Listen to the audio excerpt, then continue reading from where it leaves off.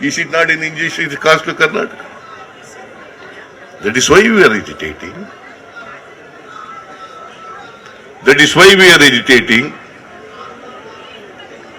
See, ನಿಮಗೆ ಒಂದು ನಿಮ್ಮ ಗಮನಕ್ಕೆ ತರಬೇಕು ಅಂತಂದ್ರೆ, ಯಾಕಂತಂದ್ರೆ ಬಿಜೆಪಿ ಅವರು ಹೇಳ್ತಾರೆ ನಾವು ತೆರಿಗೆ ಜಾಸ್ತಿ ಕೊಟ್ಟಿದ್ದೀವಿ, ಹಿಂದಿನಕ್ಕಿಂತ 14ನೇ ಫೈನಾನ್ಸ್ಗಿಂತ 15ನೇ ಫೈನಾನ್ಸ್ ನಲ್ಲಿ ಜಾಸ್ತಿ ಕೊಟ್ಬಿಟ್ಟಿದ್ದೀವಿ, 14ನೇ ಫೈನಾನ್ಸ್ ನಲ್ಲಿ ಜಾಸ್ತಿ ಕೊಟ್ಬಿಟ್ಟಿದ್ದೀವಿ ಅಂತೇಳಿ ದೇ ಆರ್ ಕ್ಲೈಮಿಂಗ್.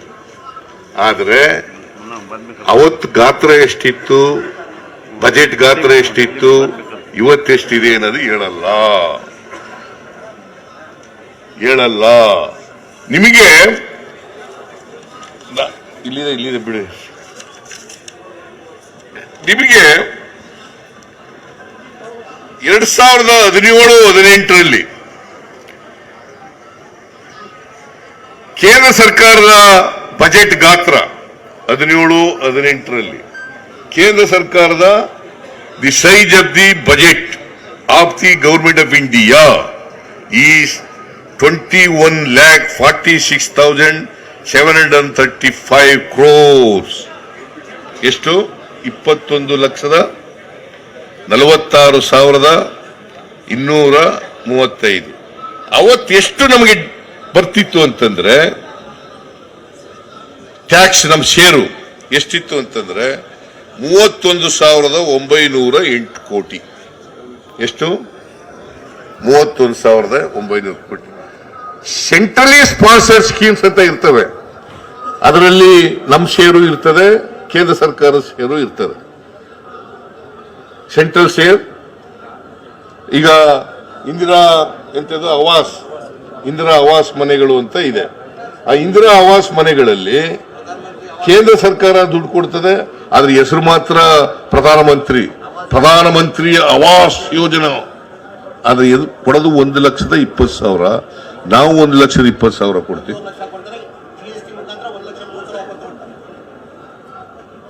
ಕೊಡ್ತೀವಿ. ಆದ್ರೆ ಹೆಸರು ಮಾತ್ರ ಪ್ರಧಾನಮಂತ್ರಿಗಳಿಗೆ. ಈ ತರ ಸೆಂಟ್ರಲಿ ಸ್ಪಾನ್ಸರ್ಡ್ ಸ್ಕೀಮ್ಗಳಲ್ಲಿ ಅದು it is on share basis.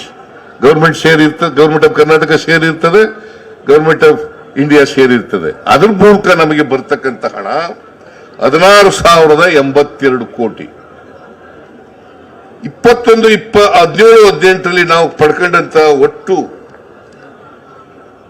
ನಮ್ಮ ಕರ್ನಾಟಕ ಬಂದಂತ ದುಡ್ಡು 47,990 ಕೋಟಿ. ಯಾವ ವರ್ಷ ಇದು? 17-18ರಲ್ಲಿ. 18-19ರಲ್ಲಿ ಡೆವಲ್ಯೂಷನ್ ಮೂಲಕ 36,215 ಕೋಟಿ, ಗ್ರಾಂಟ್ಸ್ ಮೂಲಕ 14,942 ಕೋಟಿ, ಒಟ್ಟು 51,157 ಕೋಟಿ. 19-20ರಲ್ಲಿ 39,806 ಕೋಟಿ ಡೆವಲ್ಯೂಷನ್, ಗ್ರಾಂಟ್ಸು 15,008 ಕೋಟಿ, ಒಟ್ಟು 54,814 ಕೋಟಿ ಬಂದಿತ್ತು. ಯಾವಾಗ ಇದು? 19-20ರಲ್ಲಿ ಬಜೆಟ್ ಗಾತ್ರ 27,86,349 ಕೋಟಿ. ಸೊ ನಾನು ಯಾಕೆ ಹೇಳ್ತಾ ಇದ್ದೀನಿ ಅಂತಂದ್ರೆ, ಅವತ್ತು ಬಜೆಟ್ ಗಾತ್ರ ಕಡಿಮೆ ಇತ್ತು. ಕಡಿಮೆ ಇದ್ರೂ ಕೂಡ 18-19ರಲ್ಲಿ 51,000 ಕೋಟಿ ಬಂದಿದೆ ನಮಗೆ. ಎಷ್ಟು ಬಂದಿದೆ? 51,000 ಕೋಟಿ. ಬಜೆಟ್ ಗಾತ್ರ ಎಷ್ಟಿತ್ತು ಅಂದ್ರೆ 24,42,000 ಕೋಟಿ. 23-24ರಲ್ಲಿ ಎಷ್ಟು ಬಜೆಟ್ ಗಾತ್ರ? 45 ಲಕ್ಷ ಕೋಟಿ. 45 ಲಕ್ಷ ಕೋಟಿ. 18-19ರಲ್ಲಿ ಇದಕ್ಕಿಂತ ಹೆಚ್ಚು ಕಡಿಮೆ ಡಬಲ್ ಆಯ್ತು. ನಮಗೆ ಟ್ಯಾಕ್ಸ್ ಡಬಲ್ ಬರಬೇಕಲ್ಲ. ಗಾತ್ರ ಬದಿಯಾದ್ಮೇಲೆ ಪ್ರಪೋರ್ಷನೇಟ್ ಆಗಿ ನಮಗೆ ಜಾಸ್ತಿ ಬರಬೇಕಲ್ಲ. ಬಂದಿಲ್ಲ. 23-24ರಲ್ಲಿ ನಾವು ಬಂದದ್ದು 50,257 ಕೋಟಿ. 18-19ಗಿಂತ ಕಡಿಮೆ. Is it not an injustice to Karnataka? Is it not an injustice to people of Karnataka? Should we not protest? Should we not agitate? So this is the position. So GST ಬಂತು, ನಾವು ಹೇಳಿದ್ವು GST ಇಂದ ಅವೈಜ್ಞಾನಿಕ ಆಗಿದೆ, ಇದು ಬೇಡ, ಈಗ ಮಾಡಬೇಡಿ, ವೈಜ್ಞಾನಿಕವಾಗಿ ಮಾಡಿ. GST ನಾವು ವಿರೋಧ ಮಾಡಲ್ಲ, ಆದ್ರೆ GST ಮಾಡುವಾಗ ಏನ್ ಹೇಳಿದ್ರು ಕೇಂದ್ರ ಸರ್ಕಾರದವರು, ನಿಮ್ಗೆ ಎಷ್ಟು ನಷ್ಟ ಆಯ್ತದ ಅವೆಲ್ಲ ಬರ್ಸ್ಕೊಡ್ತೀವ್ರಿ ಅಂತ ಹೇಳಿದ್ರು. GST ಕೌನ್ಸಿಲ್ ನಲ್ಲಿ ನಿಮ್ಗೆ ಎಷ್ಟು ನಷ್ಟ ಆಯ್ತದೆ ಅಷ್ಟೆಲ್ಲ ಬರ್ಸ್ಕೊಡ್ತೀವಿ. ನಮ್ಮ ಕೃಷ್ಣ ಬೈರೇಗೌಡ ಹೋಗ್ತಾನೆ GST ಕೌನ್ಸಿಲ್, ಎಲ್ಲನೂ ಬರ್ಸ್ಕೊಟ್ಬಿಡ್ತೀವಿ ಅಂತ ಹೇಳಿದ್ರು.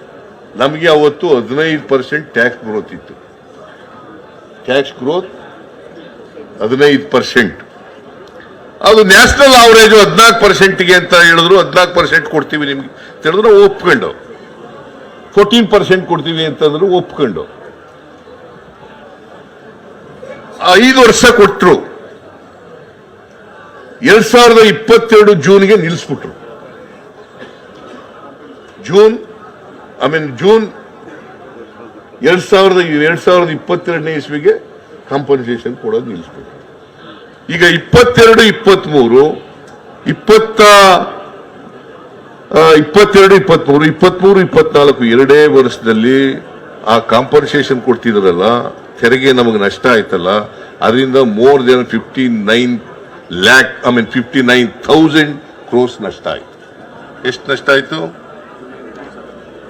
59,000 ಕೋಟಿಗೂ ಹೆಚ್ಚು ಜಾಸ್ತಿ. Is it not an injustice? Is it not an injustice? So this is an injustice. 59,000 ಕೋಟಿ.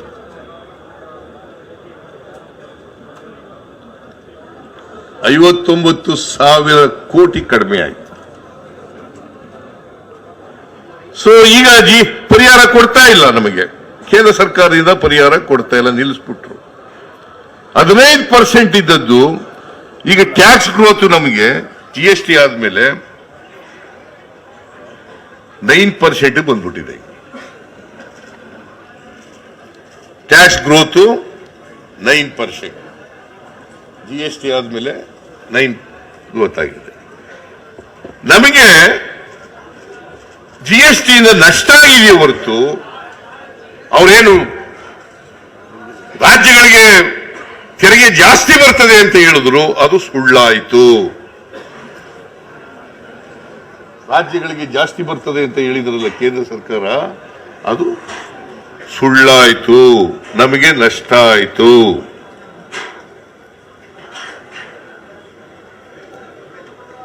ಸೊ ಇದು ಅನ್ಯಾಯ ಅಲ್ವಾ? 59,000 ಕೋಟಿ ಬರ್ದೇ ಹೋಯ್ತಲ್ಲ ನಮಗೆ ಬಿಕಾಸ್ ಆಫ್ ದಿ GST. ಅದು ಅನ್ಯಾಯ ಅಲ್ವಾ? ಈ ಅನ್ಯಾಯ ಪ್ರತಿಭಟಿಸಬೇಕು ಬೇಡ? ಪ್ರತಿಭಟಿಸಕ್ಕೋಸ್ಕರ ಇವತ್ತು ಪ್ರತಿಭಟನೆ ಮಾಡ್ತಾ ಇರೋದು. ಮಿಸ್ಟರ್ ಬಿಜೆಪಿ ಅವರು ಬರಬೇಕಾಗಿತ್ತು, ಪಾಪ ಬಂದಿಲ್ಲ. ಅವರು ಬಂದಿದ್ರೆ ಗೊತ್ತಾಗ್ತಿತ್ತು ಅವ್ರಿಗೆ ಇವೆಲ್ಲ. ಇವ್ರು ಹೆಂಗೆ ಅಂತಂದ್ರೆ, ನಮ್ಮಲ್ಲಿ ಕೋಲೆ ಬಸವ ಅಂತ ಇದ್ದಾರೆ. ಕೋಲೆ ಬಸವ ಅಂತ ಗೊತ್ತಾ? ಈ ಭಿಕ್ಷುಕರು ಬಸ್ ಒಂದು ಎತ್ತಿ ಹಿಡ್ಕೊಂಬಂತ ಬಸವನ ಹಿಡ್ಕೊಂಬರ್ತಾರೆ. ಅದು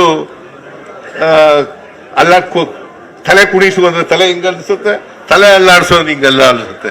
ಹಂಗೆ ಇವರು ಬಿಜೆಪಿ MP ಗಳು ಹೆಂಗೆ ಅಂತಂದ್ರೆ, ನರೇಂದ್ರ ಮೋದಿ ಅವರು ಏನ್ ಹೇಳ್ತಾರೆ ಅದಕ್ಕೆ ತಲೆ ಕುಣಿಸೋದು, ಬೇಡ ಅಂತಂದ್ರೆ ತಲೆ ಅಲ್ಲಾಡ್ಸೋದು.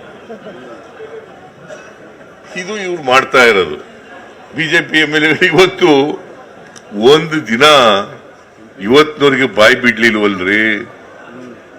ಇದ್ರ ಜೊತೆಗೆ 4.71ರಿಂದ 3.64 ಆದ್ಮೇಲೆ ತೆರಿಗೆ ನಮ್ಗೆ ಇಳಿಸಿದ ಮೇಲೆ 15 ಫೈನಾನ್ಸ್ ಕಮಿಷನ್ ಅವರೇ ವಿಶೇಷ ಅನುದಾನ ಅಂತೇಳಿ ನಮಗೆ 5,495 ಕೋಟಿ ರೂಪಾಯಿಗಳನ್ನ ಶಿಫಾರಸು ಮಾಡಿದ್ರು ಇಂಟ್ರಿಮ್ ರಿಪೋರ್ಟ್ ನಲ್ಲಿ.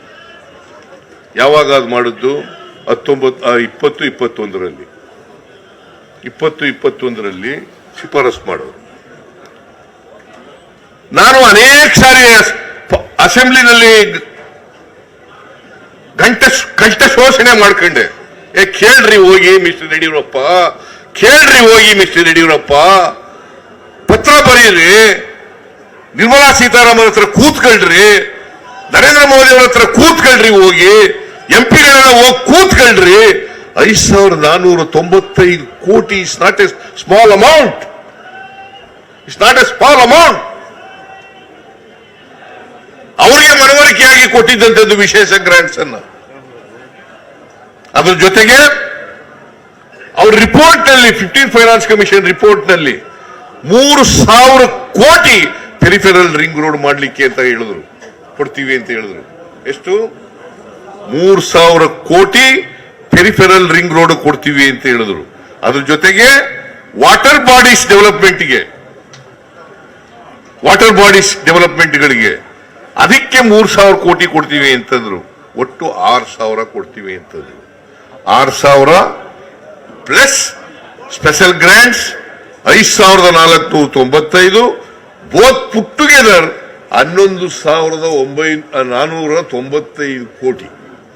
ಐ ರಿಪೀಟ್, 11,495 ಕೋಟಿ.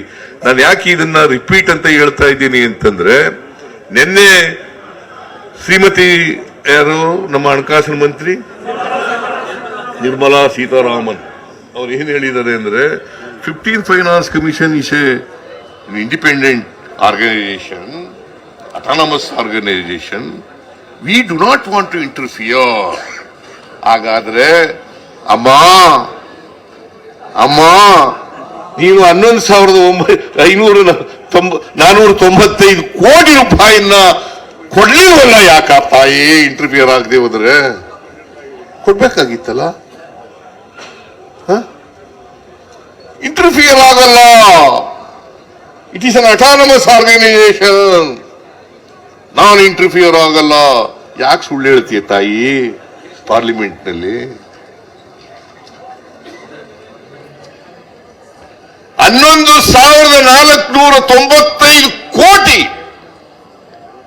it was refused by none other than our finance minister Shrimati Nirmala Sitharaman.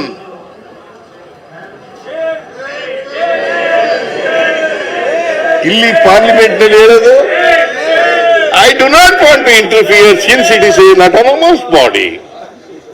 I do not want to interfere with the report of the Finance Commission since it is an autonomous body. Why? क्यों झूठ बोलता है madam?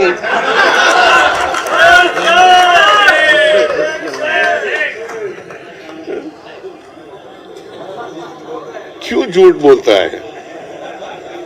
Interfere ಆಗಲ್ವಂತೆ. ಹಾಗಾದ್ರೆ why you are refused? She only refused. 11,495 ಕೋಟಿ. Is it a small amount? Is it a small amount? It's a very big amount. It has been refused by our finance minister and she is representing Karnataka.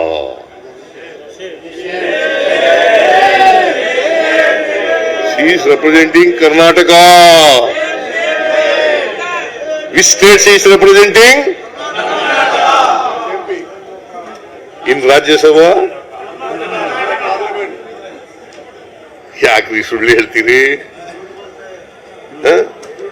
ನಾನು ಇನ್ನೊಂದು ಪ್ರಶ್ನೆ ಕೇಳ್ತೀನಿ ಯಡಿಯೂರಪ್ಪನವರಿಗೆ ಮತ್ತೆ ಬಸವರಾಜ ಬೊಮ್ಮಾಯಿ ಅವರು. ಯಾಕೆ ಹೇಳಿದ್ದಾರೆ ಅಂತಾರೆ, 15ನೇ ಫೈನಾನ್ಸ್ ಕಮಿಷನ್ ಕರ್ನಾಟಕಕ್ಕೆ ಭೇಟಿ ಕೊಟ್ಟಾಗ ಅವರು ಕೇಳಿದಾಗ ಆ ಕಾಲದಲ್ಲಿ ಸಿದ್ದರಾಮಯ್ಯನವರೇ ಚೀಫ್ ಮಿನಿಸ್ಟರ್. ಓಕೆ, ನಾನು ಚೀಫ್ ಮಿನಿಸ್ಟರ್, ನಾನು ಸಮರ್ಥವಾಗಿ ಏನ್ ಆರ್ಗ್ಯುಮೆಂಟ್ ಮಾಡಬೇಕು ನಾನು ಮತ್ತು ನಮ್ಮ ಅಧಿಕಾರಿಗಳು ಎಲ್ಲ ಮಾಡಿದ್ದೀವಿ. ಆದರೆ ಕಾನ್ಸ್ಟಿಟ್ಯೂಟ್ ಮಾಡಿದವರು ಯಾರು? ಫೈನಾನ್ಸ್ ಕಮಿಷನ್ ಅನ್ನ ಕಾನ್ಸ್ಟಿಟ್ಯೂಟ್ ಮಾಡಿದವರು ಯಾರು? ಯಾರ್ರೀ? ಯಾರಮ್ಮ ಕಾನ್ಸ್ಟಿಟ್ಯೂಟ್ ಮಾಡೋ ಅಧಿಕಾರ ಇರೋದು ಯಾರಿಗೆ? ಯಾರನ್ನ ಹೆಸರು ಮಾಡೋದು, ಕಾನ್ಸ್ಟಿಟ್ಯೂಟ್ ಮಾಡಿ ಇಂಥವ್ರು ಅಧ್ಯಕ್ಷರು ಅಂತ ಹೇಳೋರು ಯಾರು? ಇಟ್ ಈಸ್ ನನ್ ಅದರ್ ದ್ಯಾನ್ ನರೇಂದ್ರ ಮೋದಿಜಿ. ಇಲ್ಲ, ಒಬ್ರಿದ್ರು ಗೋವಿಂದರಾವ್ ಇದ್ರು. ಅಲ್ಲ, ಇವರು 15ರಲ್ಲಿ ಇರ್ಲಿಲ್ಲ, 14ರಲ್ಲಿ ಗೋವಿಂದರಾವ್ ಇದ್ರು. 14ರಲ್ಲಿ ಗೋವಿಂದರಾವ್ ಇದ್ರು. ಸೌತ್ ಇಂಡಿಯಾದಿಂದ ಯಾರು ಇರಲಿಲ್ಲ. 15ನೇ ಹಣಕಾಸಿನ ಆಯೋಗದಲ್ಲಿ ಯಾರು ಇರಲಿಲ್ಲ. 14ರಲ್ಲಿ ಇದ್ರು Govindarao, mister Govindarao, east from Karnataka. ಅವರಿದ್ರು, ಯಾರು ಇರ್ಲಿಲ್ಲ. ಅದಕ್ಕೆ ನಮ್ಗೆ ಅನ್ಯಾಯ ಆಯ್ತು. ಅದರಿಂದ ಈ ಅನ್ಯಾಯ ಆಗ್ಲಿಕ್ಕೆ it is not Siddaramaiah is responsible, it is government of India. It is government of India. It is none other than our Prime Minister of the country, Sri Narendra Modi ji.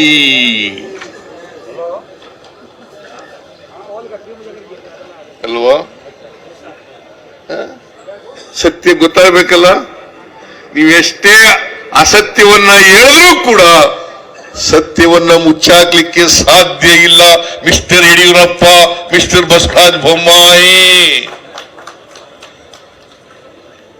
ಸಾಧ್ಯನಾ? This are all facts. And ನಾನು ಎಲ್ಲ quote ಮಾಡ್ತಾ ಇರ್ತಕ್ಕಂಥ facts, figures, it is from their documents only. ಅವ್ರ budget ಮಂಡಿಸಿದಾರಲ್ಲ, ಆ budget ಡಾಕ್ಯುಮೆಂಟ್ಗಳ ಮೂಲಕನೇ ನಾನು ಹೇಳ್ತಾ ಇರೋದು. Nobody can dispute it, nobody can deny it. ಇವರು ರಾಜಕೀಯಕ್ಕೋಸ್ಕರ ಸುಳ್ಳು ಹೇಳ್ತಾ ಇದ್ದೀರಾ, ಜನರ ತಪ್ಪುದಾರಿಗೆ ಎಳಿತಾ ಇದ್ದೀರಾ. ಬಿಜೆಪಿಯವರೇ, ನೀವು ಕರ್ನಾಟಕದ ಜನರಿಗೆ ದ್ರೋಹ ಮಾಡ್ತಾ ಇದ್ದೀರಿ ಅಂತಕ್ಕಂಥ ಮಾತುಗಳನ್ನು ಹೇಳಬೇಕಾಗ್ತದೆ.